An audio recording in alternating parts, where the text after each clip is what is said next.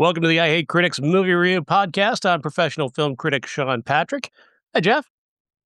Hello, Jonathan. Find us on all the social media places under I Hate Critics and Critics Pod. And, feel free to join us on Patreon as well. We do have a Patreon where we do have commentary on Silent Night, Deadly Night, and more to come with, obviously a new year. That means new Friday the 13th coming as well. Yeah, next we have to record that because Friday, February 13th is our next which is Friday the 13th part 6, Jason Lives. Oh, goodness. So, yeah. But the past commentaries are also on our Patreon, but also on the regular feed if you want to enjoy Friday the 13th with our commentary. Yes, and you should, because it's fun. It is. We did a Silent Night, Deadly Night for Christmas, so. That's right. And we'll do Silent Night, Deadly Night 2 for next Christmas. We're just going to chop up the last episode and yell garbage day a lot. That's the plan. We'll just put out the same one and not tell anybody. Right, with like a bumper on it on either end. And an extended sequence in the middle where we just talk shit about the previous movie. Yeah, that works. And Mother Superior. Let's see. The Golden Globes took place. The scam that is the Golden Globes. It's been a scam for years. People get upset when I say that, but it's just been true for so long. They just try and find a Golden Globe voter and then try and find anything they've actually contributed to the world. And tell me when you find it, because I've been looking for it myself for a long time. So everybody was pissed that nobody bought Michael B. Jordan a Best Actor statue like they did with Timothy Chalamet. The Jenners bought him one of those. I'm willing to bet. First of all, they weren't up against each other in the category. But second of all, there are 43 people on the Golden Globes, the Hollywood Foreign Press Association. 43 people. There are 9,000 people who will vote for the Oscar nominations and the Oscars. So let's not, freak out until he doesn't get nominated.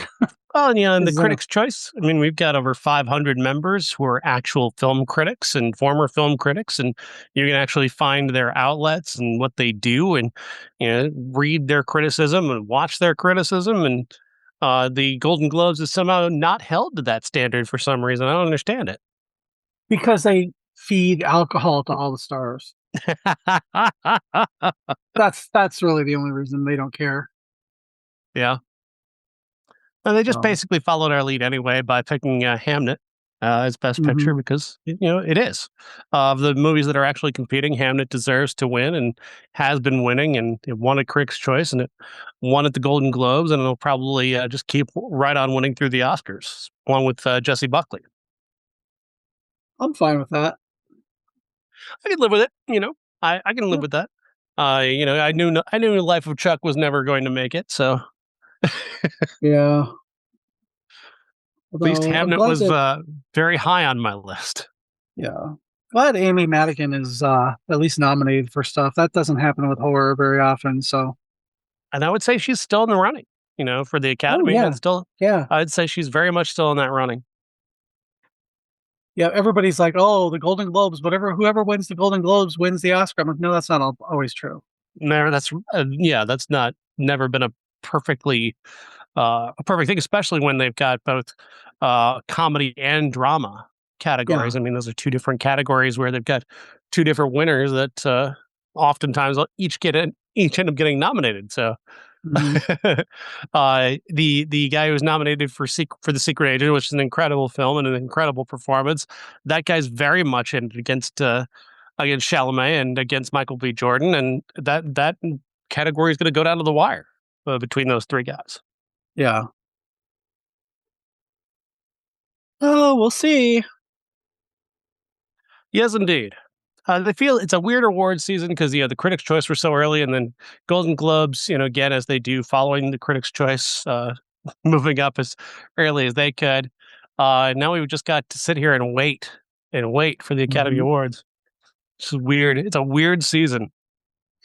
That's for sure. Yeah, I'm not feeling like very awardy um this season, but we'll see. We'll see if I get there depending on who's nominated. Yeah, that'll make the difference if they don't screw it up, which they've done before. I have done before. There are opportunities, I'm sure, to find ways to screw it up. Oh, I have no doubt. Hamnet doesn't Anyway, get nominated. yeah, if Michael B. Jordan doesn't get nominated, then I'm going to be pissed because Sinners is not in Best Picture. Some stupid shit like that. Do not get me started. Well, unique week. I got to say, Jeff, I liked everything I saw. Everything I Mhm. saw, which is not what I certainly not what I expected. Especially when we're starting with this random zombie flop movie that I think only I saw called "We Bury the Dead." I saw Uh, it. well, thank you. I'm glad to hear that because then it's just you and I that saw it. Apparently, uh, and Daisy Ridley is the star here from, of course, Star Wars, and she plays an American woman who's traveling to this. Uh, was it New Zealand? I think it's New Zealand. Tasmania. Tasmania, and where an incompetent American president has accidentally caused a military accident that may have killed thousands of people, which is Mhm. timely and appropriate, I would say. The the blast, the bomb, whatever it was an experimental type, and so it didn't exactly kill people. It seemed like it almost sucked the air out of their lungs, but even weirder, it didn't like kill them all the way. Because some of these dead get up and start walking again. And are they threatening? Are they not threatening? It's up to you to kind of watch and find out because these aren't typically Romero zombies. They're slightly different at the very least, often Mhm. confusingly so, but I think that's part of the chaotic charm of this movie. I was initially very low on this film, especially I thought it started pretty slow, and I wasn't really buying in on what Daisy Ridley was selling, but it started to grow on me as we got closer and closer. And she's trying to find her husband, who was in Tasmania when this happened, and is likely among the dead. And it's also, of course, she's heard these rumors that people are still potentially alive or standing up and walking around after being dead, and she still has a lot of unfinished business with her husband. And she also has help from Brenton Thwaites, who plays a guy who really wants to ride a Ducati motorcycle. Good for him. Having a good time, but also just kind of turns out to be kind and a nice Very presence hot. opposite hers. Um, and then there's of course this digression that was really interesting about this soldier who finds them in the midst of their journey south through the wasteland area and heading towards this resort that they're trying to get to. He ends up kind of kidnapping her and taking her to his house. His wife was pregnant when she died, but is she dead? Is the baby dead? Who knows? We'll have to wait and see. But that was a bizarre sequence and truly, I think, where the movie found itself and really found kind of its motivation and purpose and excitement. Like I said, I didn't expect to like this movie, Jeff, but I actually was really wrapped up in it by especially after as that sequence was ending and we're heading towards the end. Mhm. Yeah, I liked almost everything about it. I don't particularly think that Daisy Ridley did a very convincing American accent. I Because genuinely yeah, really that love I her, could just but say, yeah, that was weird because she did. There's no need for her to be an American at all. There's yeah, no need for it. it seemed to me like she just wanted to challenge herself Hmm. and did not like kind of succeed. Um, I love her. Don't get me wrong. I really, really do. I think she's great. it did not land for me. But overall, yeah, I liked the movie. It wasn't what I was expecting necessarily, which I think is one of the reasons I liked it. Hmm. Um, I also think that Brenton Thwaites was just great in it. He's super hot. He has real screen presence. Um, and you honestly think that maybe he's dead at one point, Hmm. but then he pops up just at the right time. And um, yeah, you're right about that sequence with the soldier. That was bizarre. Just it's based on seeing movies like 28 Days Later, that it's not going to be all sunshine and puppies when they get to this guy's house. Right. So I think that they handled it really well. It has kind of descent into uh not necessarily madness, because he wasn't really mad. He was just grieving, and he didn't know Yeah. how to deal with it. And I thought he played that really well. And the fact that they he's like halfway through the sequence, he's like, oh yeah, and by the way, she was pregnant, and she's still pregnant, even though she's maybe dead-ish. So yeah, The very fact, yeah, there's bizarre. a story that they talk about in this movie that I've actually heard before. It was an episode of The Dollop where there's this. Have you heard of Mike the Chicken, the zombie chicken? So So that's a real story that really happened. A guy was trying to cut off a chicken's head to cook it one night and missed the brain, left enough of the brain and the brain stem that the chicken was able to still walk around without a head. And it actually went on tour and made thousands of dollars. so what you're saying is the chicken was mega. Oh. he is the he is the progenitor of the phrase "a chicken with its head cut off." Getting it because he got up and ran around and was able to, like I said, go on tour and become famous. And that's kind of the idea here: is that people think maybe people died, but that they could bounce back from this. But then Yeah, you see them. Then you actually see the zombie. And you're like, they're not bouncing back, guys. They're rotting corpses. um, yeah, they might get up and walk around, and they might not be dangerous. One of them, at least, we could definitely see was not dangerous. In fact, he's able to sort of communicate with Daisy Ridley, and they have kind of a very powerful emotional scene, wordless scene that yeah, was surprising and fascinating and ended in a dark sort of tragic way, that really the only way it could end. And that was really I think, another really strong scene. The movie takes a bit to get going, but if you stick with it, this actually has a lot of really terrific ideas buried beneath it. so far it is in my top 10 for 2026. That's amazing. Wow. Mm, yeah, Any I further enjoyed it. thoughts on We Bury the Dead?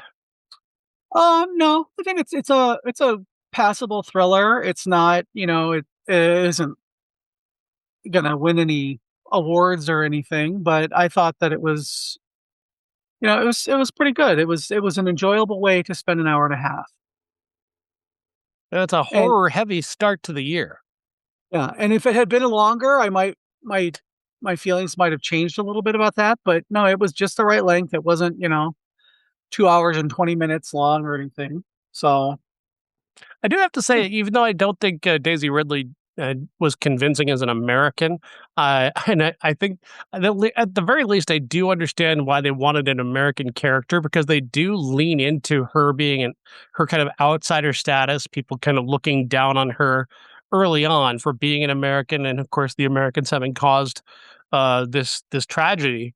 mhm. Uh, that does bring an element to it, but. I think they could have leaned into that a little bit more if they had an actual American actress. Yeah. I mean, I think that she's making interesting choices, and Mhm. that's one of the things that I liked about this one is that, she did the Marsh King's Daughter or whatever that was called last year. She's not doing anything groundbreaking, but I think she's trying to be a little more Carrie Fisher and less Mark Hamill. And when it comes to Star Wars casts, she's never going to be Harrison Ford. I don't think anybody except for maybe Oscar Isaac is the Harrison Ford, but she's definitely, she's one of the few people who's abandoned sort of this idea of franchises as opposed to trying to find original work, which is not easy. It's not an easy lane to be in, and good for her for trying to pioneer that.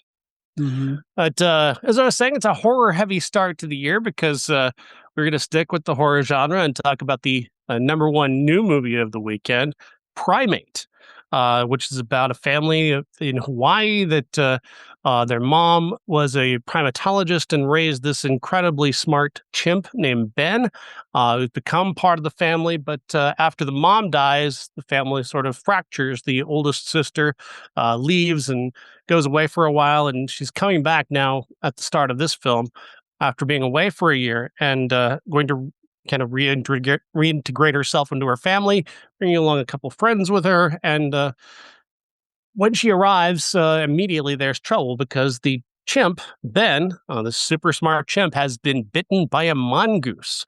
And the mongoose has rabies, and Ben is about to go crazy. And the movie doesn't play around with that. Like they're not going to try and bait and switch you here. He really does have rabies, and he is not going to get any better. He is a full-on villain who is here to kill, and they don't mess around with that. The violence is violent. The gore is gory. Rob Delaney's cameo death is disturbing. It's a disturbing way to start the film. And I mean the deaths in Deadpool were as graphic as his death at the start of this film. Yeah, this movie was so hard to watch because it's not like a masked killer walking around killing everybody. It's a chimp, which is fucking powerful anyway, much less with rabies. And these guys they're basically trapped because it's like a human being almost, but stronger. Yeah. I was having, when Rob Delaney, I mean, it's right at the beginning, so it's not a spoiler. His death scene is just one of the most graphic things that I was like, that really sets the tone for this movie. Right. Because fuck, yeah. Yeah. I enjoyed it. Because it was so tense. It's, for me, it wasn't, I was thinking it was going to be a little more like Megan. You know what I mean? That kind of January kind of, oops, fun, horror, scary. But yeah, this was so intense. Fun is not what I would call this. Yeah. No, I mean, no. After it's over, I guess it's kind of fun when it's ending. But while you're watching it, it's not an easy watch. And part of that also is a very talented director, but also incredibly dark cinematography, which I do have to mention again. This is another one of those movies that mistakes darkness for scary. I understand that dark saves money, but my God, we've leaned so far in the direction of making everything just visually black that you can't fucking see anything. I used a in my review, I used a still of the monkey, and you can't hardly see his face. Yeah, because it's shot just so dark. I can't imagine that they didn't do that because they wouldn't have to render the CGI as much. I've seen some CGI that's a little dodgy in things, and it's saved by the fact that everything is so dark you can't see it. Jeff, this monkey is not CGI. What? This is not a CGI monkey. That's a guy in his suit. Oh fuck! I thought that was Primate. CGI. No, Primate is entirely practical effects. They put a man in a monkey suit. They use some forced perspective and some wizardry to make him look Oh, smaller than he is. But this is actually an MMA fighter trained in Muay Thai who came to his audition and did such a perfect monkey impression that they hired him on the spot. And yeah, he's wearing a monkey suit the entire time, and I mean that you could be that fooled by. I mean, I if I didn't know that, I'd have been fooled by it as well. Miguel Torres Umba is his name, and I mean he was a first time actor. He'd never done anything before. Stayed in character the entire time the entire time on set, like a real method actor. But that was part of him trying to support the other actors so that they would forget he's a person and see him as a chimp. Which for somebody who's never acted before, that's a really solid and empathetic instinct he's got there. But yeah, this was practical effects. holy shit! I am even more impressed by this movie. I saw his name in the credits, and I just assumed that he was, motion capture or something. That they couldn't afford Andy Serkis or whatever. No, That's a suit. pretty fucking cool. Yeah. Okay. Yeah, it's kind of shocking. I didn't really believe it when I read it when I read the interview with the director, but yeah, that's what they said, and it's really pretty remarkable what they were able to do with that. That is incredible. Okay, well that makes me recommend the movie even more. Yeah, and there aren't too. What do you would you say your favorite animal based horror movie? Oh, Shakma. No, I'm just kidding. What's Shockma? We talked about it last year, Sean. I I wrote a 700 word review of it 3 years ago. So, okay, listeners. Last week we are trying to figure out a classic, and Sean goes, "Well, what about Shakma?" I'm like, "We talked about that last year. You don't remember?" And he was like, "Oh, we did. Okay." That's how forgettable that fucking movie was. Uh, yeah. Uh, yeah, I I think the best example is Cujo. I think Cujo Yes, is that was what I was incredible. gonna say. Um, again, another movie based not entirely on practical effects. They have a real dog, but they also have a man in a dog suit Which is so for several funny. scenes. It's very funny, but at the same time, they did a hell of a job too at Oh, times. yeah. Yeah. But there's a Cujo is picture of incredibly effective. Incredibly effective. Yeah, there's a picture of D. Wallace with I think it's the director. I think it's the director. And then the guy in the dog seat, and they're all like standing there with their arms around each other. It's hilarious. Go look it up. Also, there's a suspense thriller it's kind of a monster movie, but it's more of like I guess a political parable in a way, just in kind of racial perceptions. Have you seen White Dog? Oh, yeah, it's been a while though. It's a white dog. It's a dog that's been trained to hate black people and gets adopted by Christy McNichol, and Mhm. she takes it to a trainer, Paul Winfield, to try and train the racism out of it. And that dog is very scary, and they do a hell of a job making it scary. Especially, there's just this one brilliant scene when this little boy walks out of a store and the dog is just out of view.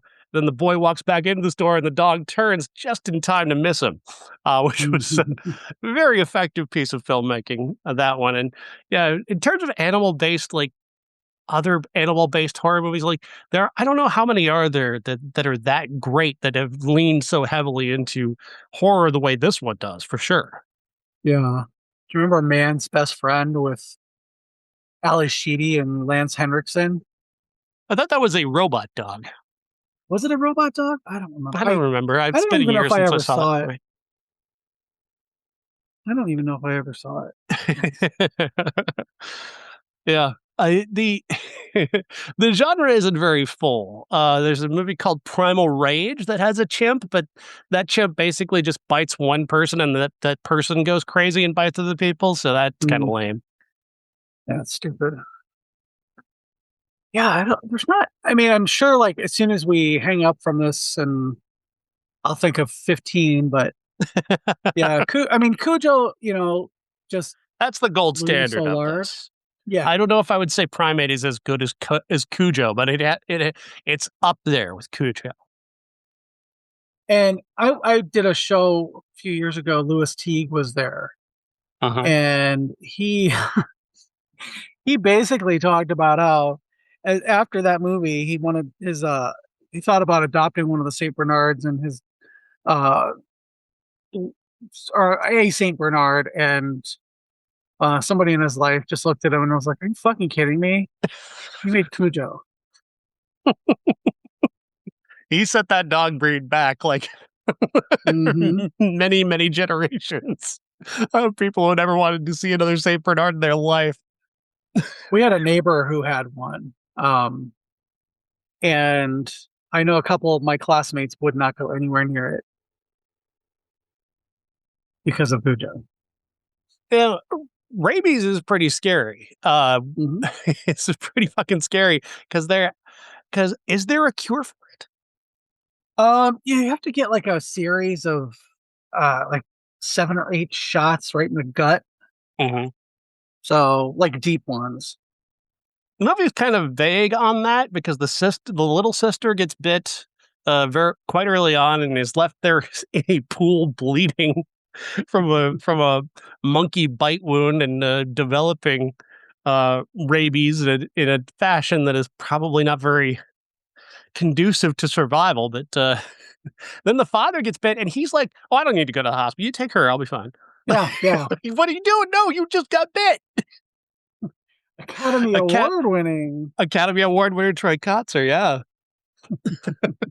Who was great in the movie, by the way. The terrific use of his deafness Mhm. for a scene where he arrives home to be the hero, but he can't hear what's happening. Yeah, that was kind of funny actually. It was like, hello, turn around. But I thought, and the deaths, I think were just great. Yeah, at Drew. one like Terrifier levels at time, like this guy who gets Hmm. his jaw ripped off. Yeah, Charlie Mann playing Drew. Yeah, that was hard to watch. Whew. And then he's like playing with it. He takes it outside, and his friend picks it up, and then he realizes what it is, and it's just like, oh.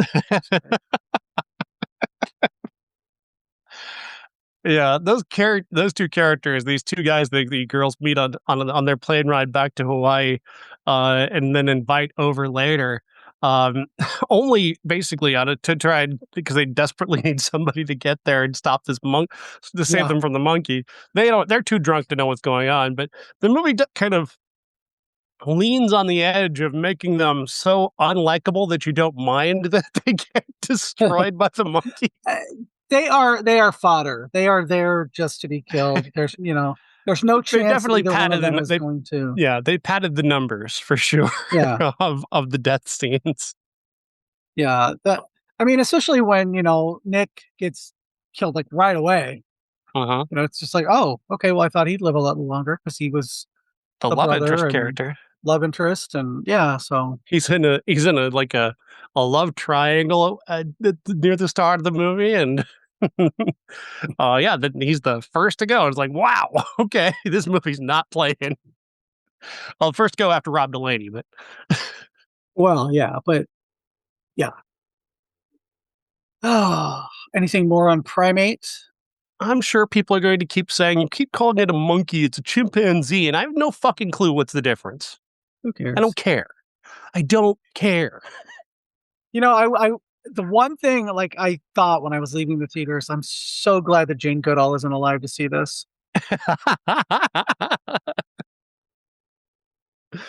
Oh. Yeah, the movie does like have a certain self-awareness to it because at one point Troy Kotzer says there's no rabies in Hawaii, which is true. Like they Yeah. don't tend to have a rabies issue in Hawaii, and so that was a funny little note to add to the movie there. Yeah, I was like, well, maybe there is now. I don't Apparently, know. somehow somebody brought a ravenous uh, mongoose to the island somehow. That's for the sequel though. That's for the prequel. That's for the prequel. Yes, we're gonna find out it's gonna be like a Contagion movie, kind of a Dawn of the we, Planet of the Apes or something. we were pretty isolated from the rest of the island. We don't know what's going on because I mean that house that they're at, this multi-billion-dollar mansion that they're at, is certainly far off from the rest of humanity on that island. So yeah, there could be a whole forest filled with the rabid creatures. Rabid mongoose. Oh. Anyway, yeah, I liked it.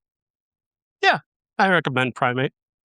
You know what else I recommend is a movie that is completely different from those two movies. That is called Is This Thing On? Starring Will Arnett and Laura Dern in the story of a married couple whose marriage is seemingly falling apart. So they've been drifting apart for a while, and they're looking at divorce. And he is losing his way. He's kind of bored in his life. He wanders into a nightclub that happens to have an open mic going on, and he can get a free drink if he gets on stage and tells some jokes. And so he decides to get on stage and start talking about the trouble in his life, the trouble in his marriage. And he finds that he's actually kind of natural at this storytelling, this comedic storytelling.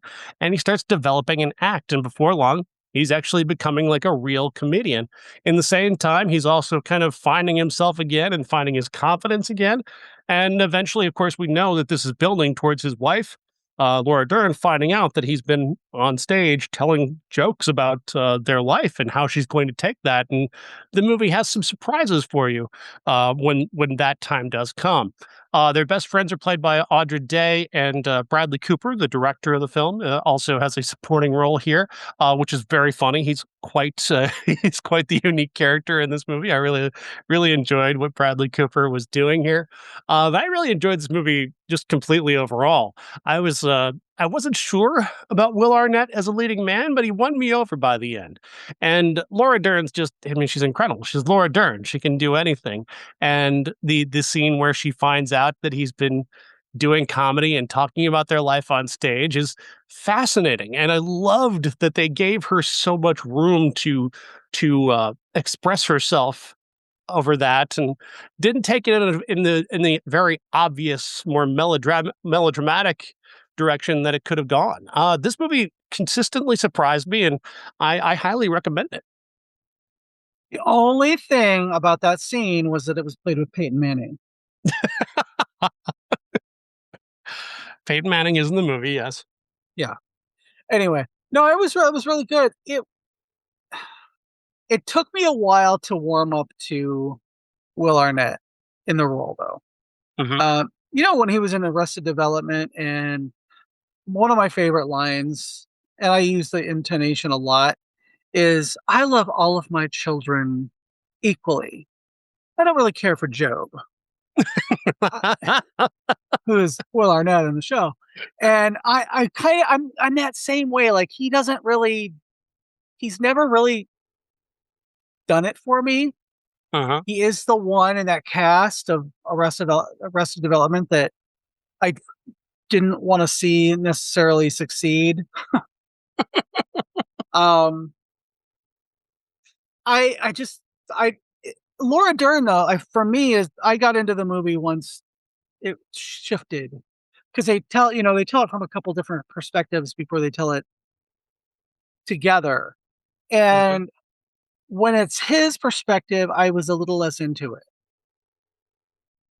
Until we get to Laura Dern, and then I was like, oh, okay, I'm seeing her side of everything, and she's actually a person. Because it started off for me, it was a this poor pitiful white man is being left by his wife, and it kind of had that vibe for the first part, and that didn't really like sit well with me. But then once you get her perspective on things and how she's an actual person with an actual past, and it's just as much about her as it is about him, that's when I started to kind of fall for the movie. And I think if it had just been all from his perspective, I probably wouldn't have liked it. But Laura Dern, I think if it had remained in just that one perspective. It would have been very navel gazy and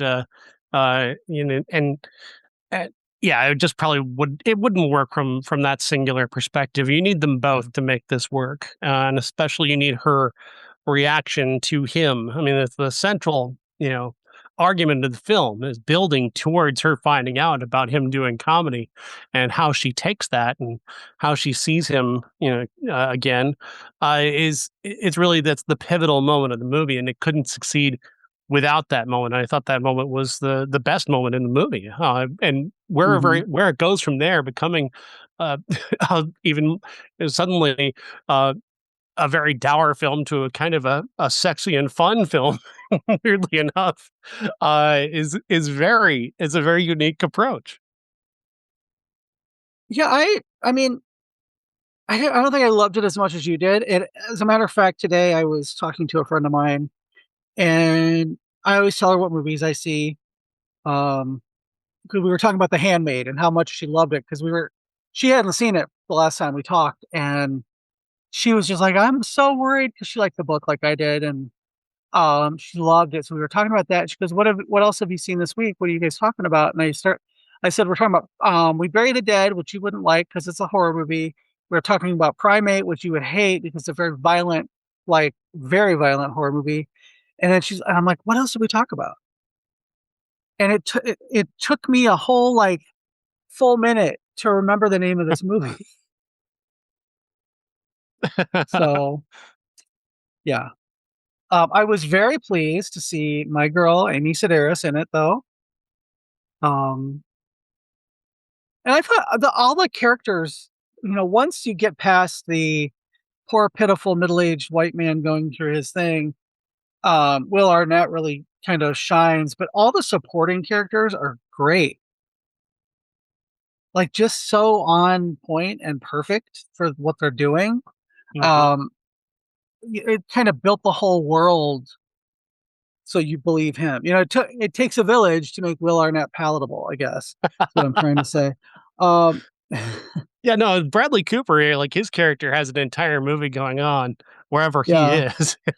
He's got a lot of strong main character energy, and I think it was smart for him to play that supporting role as opposed to playing the lead. I think Mhm. he would be too overpowering in the lead. You kind of need a Will Arnett kind of character or actor to play this role, so that you can stay focused on how this is a two-person lead performance as opposed to just this one guy. Not that Yeah. Bradley Cooper would overshadow Laura Dern, but just that his leading man energy might lead people in that direction. Yeah. I actually, I'm not Bradley Cooper. I can take him or leave him most of the time. Sometimes I think he's a little bit much. But I thought he was perfect in this, and he was playing that kind of almost kind of lost soul who's finally finds himself by the end of the movie off screen. Like I That's said, he's what got his own movie going on. Yeah. yeah. Um, and if that had been that as a movie, like, or if we concentrated on that subplot, I don't think I would have liked it as much. Mhm. Just because it would have been a little too much, but it was just enough. Yeah. And So lots of smart choices, lots of really, terrific performances. And yeah, this is just a really solid movie that no one went to see. yeah. This movie just got buried. I don't think it made the top 10 at the box office this weekend after expanding to more than 1,300 screens, and that is a true bummer because this movie doesn't deserve that. Just as Song Sung Blue didn't deserve that either, but that film also got trampled by the hordes of Avatar people who God help me, I don't understand what the fucking people are going to see in that fucking movie. There is actual human stories being told in Song Sung Blue, and is this thing on? And you're choosing to watch blue people. You're choosing to watch live action Smurfs. Only less entertaining. It's, Um, it's like this is just proof of why country music is so popular. I talked to everybody I've talked to who's seen Avatar hated it. God, I hope they don't make another one. I hope they don't make another one. Well, guess what? They're making another one. Are they? Is that official? I've heard that he's got um, the scripts for the next two that are all done, Well, he's and had them for a while, and he was talking about how like he needed to hear from the studio that they really wanted it and that he'd do it. well, they probably do it. Probably, they made money. Yeah, I'm trying to remain positive here, Jeff. Positive in that he might not make it. Well, I wish he wouldn't, but that's just me. Yeah, it's I can't stand that Song Sung Blue and this movie just both. No one went to see Hamnet, kind of didn't do well either, in terms of box office, and yet people are going to see fucking Avatar. Yeah, more than once. It has to be more than once because it's still going. Never But underestimate bad taste. yes, if it wasn't for bad taste, some people would have no taste at all. That said, at least Hamnet has a really good chance of bouncing back with the Academy Awards, and of course the momentum it's picked up from the Critics' Choice Awards and the scam Golden Globe Awards. Hopefully, that means it gets to go back out into theaters further, and yeah, those Oscar nominations will push it along. Yeah, I hope so. All right, but yeah, we've recommended all three new movies this week for you to see, and now I've got a classic that for me is another one of those revelations. The a movie that I forgot about, that I rarely think about, watched again with brand new eyes, and came away with kind of an experience I did not expect. American Gigolo is our classic this week. It's based off the fact that just recently Jeff bought it. We couldn't think of a movie to go with this. We were So talking about yeah, the lack of monster movies with animals in the lead to make us our classic. And there just wasn't, we're not going to do Punchline just because it's this thing on it, because Punchline's terrible. Uh, yeah. Just FYI, you guys. I bought a box of at an estate sale, a whole box of movies that I've never seen. A lot of them that are older classics, some musicals. So over this year, we will be talking about a lot of those movies. Just FYI. And so that was the choice for this one, America Not a Gigolo, directed by Paul Schrader, written by Paul Schrader, and of course starring Richard Gere in the role of Julian, who is a gigolo. He's a male prostitute. He sleeps with women for money. He's kind of on the Ew. higher end of things, where he can entertain older women who sometimes don't even ask him for sex. They just want him to be there and be handsome and make them look good. That's kind of the level that he's reached. He's also then becoming embroiled in a true crime thing that starts to unfold as sort of what many people consider to be the real plot of this movie. But I don't see it that way. My perspective on this movie shifted because I was really kind of taken this time by watching the chemistry between Richard Gere and Lauren Hutton for the first time. Like it's always been there, but like I really was captivated by it this time, and about how Paul Schrader, of all people, this most cynical of directors, crafts a story around two characters who've never felt like real human care and empathy for other people before, are getting a chance to actually fall in love and have a real feeling between each other. And it's kind of a movie that's about being in love. Which, considering just how like the idea is so sleazy, and the setting and the so many of the supporting characters are so sleazy, but this is a movie about love. It's about romantic love. It's about two people, very incredibly damaged people, who don't know what love is and are kind of shocked to find themselves actually allowing themselves to feel real emotion for the first time. Her character is a woman who has been married to a senator for some time now, and uh, love isn't a part of her marriage. It's an aspect of her duties as a wife. And of course, he's just completely emotionally locked off because that's part of keeping him safe in his job, is not having any emotional ties to what he does. And watching those walls come down between the two of them, especially after their introductory scene, this kind of uh, touching sort of back and forth. It's very awkward, and um, it. I was just kind of blown away by how great that is. And by the end of the movie, when he's leaning his head against the window and she's got her hand up there as if she's holding his head, like it's lovely. It's just genuinely romantic and touching. And I totally blocked that aspect of this movie out of my mind. Like when you asked me if you've asked me about American Gigolo, and I usually think of Richard Gere showing his dick, which is a very big part of the movie. It's a very prominent part of this movie. That and of course Call Me, because you can't think of American Gigolo without hearing Blondie, and Giorgio Moroder's incredible arrangements of that and rearrangements of that song throughout. It truly snuck up on me just what a kind of terrific love story this is. And finding that aspect of it just gave me a brand new perspective on American Gigolo. I have never seen this before, like all the way through. I mean, yeah, when I was a teenager, I looked up Richard Gere's dick. Fast forward until we found it, then okay, I was like, oh, okay, that's it. All right, well, whatever. Um, Everything you said is true, but I want to like to couch that in the worst, most unsexy sex scene ever committed to film. And that is the scene when they first have sex. And it looks like, remember like in school we had those movies where you have to see, like your body's changing and whatever. That's what the sex scene reminded me of. We're going to cover her nipples now with our hands, and he's going to. It just was so weird and off-putting that. Yeah, I didn't.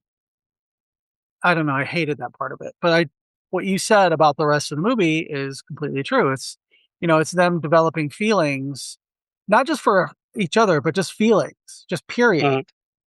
Um, Yeah, I think. Oh, speaking to that sex scene, I think that's the whole point. Is that he's in work mode, and she doesn't know what real sex is like. And I think that's really kind of the heart of the scene, is that it's not as sexy as it could be. Yeah, I just didn't. I was watching it. And I'm like, what the fuck? Um, I want to shout out Bill Duke though, who plays the pimp. Had I seen this movie before I met him, I would have totally talked to him about this. Um, he's just like, I know it was 1980, so I'm going to give the, dropping the F slur all the time, a pass. But it was just like I watched this and I watched Darkman, and in Darkman, Larry Drake plays his character as though he's secretly gay, and you don't really realize until a little ways through that Bill Duke is a gay pimp and he sleeps with some of his boys. And then you get to his apartment and it's like got Andy Warhol torso posters, which were just basically Andy Warhol taking pictures of sex parts and shit. So then it's like, oh, he's really, really gay. um I just like Bill Duke in general. Mm-hmm. So to have him, play this pivotal role, and the only person who can actually save him was pretty cool for me. I don't think that like, it's always for me has had the reputation of being some sort of like, this super sexy, super trendy 80s movie. And then it kind of wasn't. It was more of a straight ahead thriller with a little bit of a love scene and a little bit of a love story in it. So I think it's a love story that happens to also have the conventions of a thriller just to prop it up. yeah. Because for me, the entire key is just every scene with him and Lauren Hutton. The thriller part is there. I think for me, it's like there's a duality to American Gigolo that I think I've never noticed before, where it is putting out there being this sexy, sleazy thriller, but secretly has this deep romantic heart to it. And that's kind of what you're supposed to go into it thinking, that you're going in there for something sexy and sleazy and and grimy and dark. And then there's this love story that is unfolding throughout this that is just kind of really incredible. The connection between these two people, and the genuine growth that they both experience through each other is just not anything I ever expected to see. Yeah, I think it I don't think Paul Schrader really was cognizant of that tender love story though. Um, just based on the rest of it for me, I just think he was trying to make a sexy thriller, and it by accident he created a cool love story. Um, and I think that's basically just because of um, Richard Gere and Lauren Hutton. I think that their chemistry um, is really what sells that. I don't think it necessarily is um, prominent in uh, the screenplay or anything for me. It's because it's not, they don't talk about it. They're never talking about that. They're never talking about their feelings or or even, uh, their relationship growth is demonstrated just by each scene that they have together, and and these decisions that they make, and especially her making some big decisions at the end that are dangerous and unexpected. Um, that's just such a it's just all in her face and in his face and in just the little choices. Like I said, the little lean against the window at the end and her hand. Mm-hmm. Uh, it's so fucking meaningful for me, because these two people had so many walls up before, and so many uh, things that would prevent people like them from ever having feelings of this depth. That is, it's remarkable. It's remarkable that Mm-hmm. Gere and Hunt are able to do that. And I don't know. I don't know Paul Schrader's intentions. I don't know what he's said about it. I don't feel it's in. I can't accept that it's just entirely by accident that that's what emerges by the end. Yeah, I don't know. I like. Yeah, I didn't get the feeling that he was making that tender love story. I think there were tender moments, but I think it's a I tender think love story by the standards of a Paul Schrader movie. well, It's the kind of tender love story that Paul Schrader could make. oh come on, you didn't see Cat People or Hardcore? The romance of hardcore. Mm-hmm. Oh, have you ever watched that movie? Oh yeah, we did it as a classic. Oh, okay. Yeah, and now one of my favorite things on YouTube is watching people do cutaways to George C. Scott's character watching his daughter in porn, because it's a perfect reaction for anything. You can add that to Trump speeches. You can add it to shitty movies, Smurfs clips, like just his violent reaction. Turn it Oh, off! Turn it turn it off! off. Oh. That used to be on HBO back in the day, Yeah. and our aunt had HBO, so I would occasionally catch parts of it, and I always like thought it was edited for TV, and then I got the Blu-ray from Twilight time when they were still a thing, and it's not. It's just really not very hardcore. Yeah, it's really not.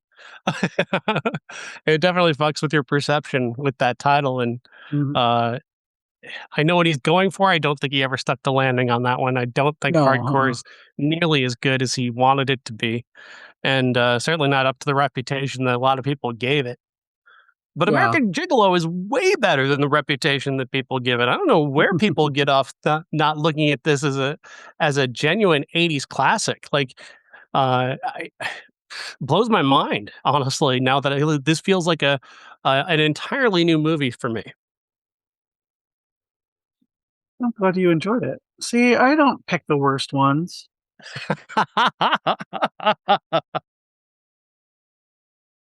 Hmm.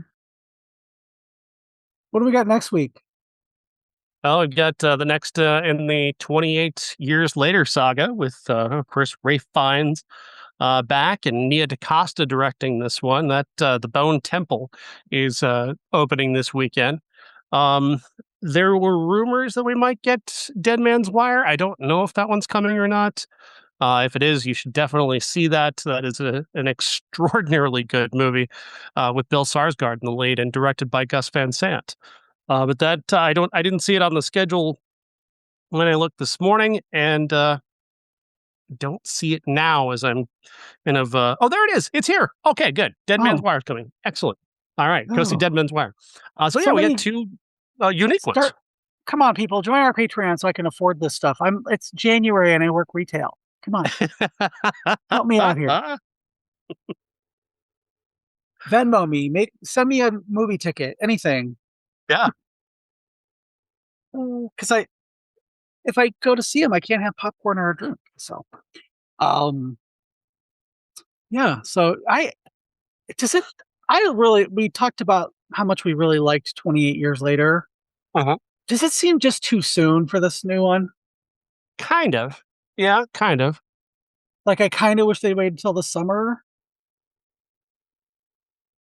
It doesn't feel like a January release. Yeah. It also feels like it could be too good for a January release. Even though I've dreaded every one of these movies, I have such unending dread for zombie movies and westerns, and more often than not, I end up being wrong. I end up like watching them and going, okay, that was pretty incredible. Like I dreaded every time I've watched a Clint Eastwood western and come away, oh yeah, that's pretty good. And I dread it every time I go to see a zombie movie. I dreaded it before We Bury the Dead, and I dreaded each of the 28 movies, and but they've been incredible. Like the last one, with the kid and his mom's skull. My God, that was fucking downright moving. Honestly. Yeah, I mean, I'm looking forward to this, but I just think it's like it might be too soon for people. I think that maybe people won't understand that it's not just a re-release of the last one. It'll be interesting to see. I hope it can knock Avatar out of the top of the box office. Well, I would do that with a sledgehammer, given the choice. But that would require people to have good taste, so probably not. Tis true. Just tell me, guys, just what is it about Avatar? Just tell me. What is it that you guys see in Avatar that I don't? I think it's kind of like the appeal of Morgan Wallen. I mean, one of those vast mysteries that will always elude me. Every time he has a #1 single, I just go, why? I think people love him because of the racism.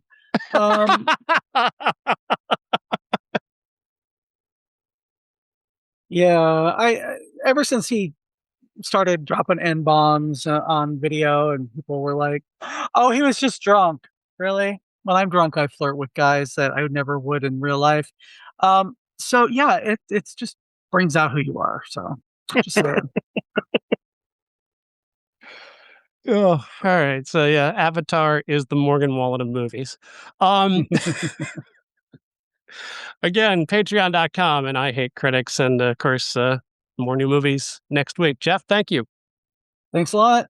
Have a good one.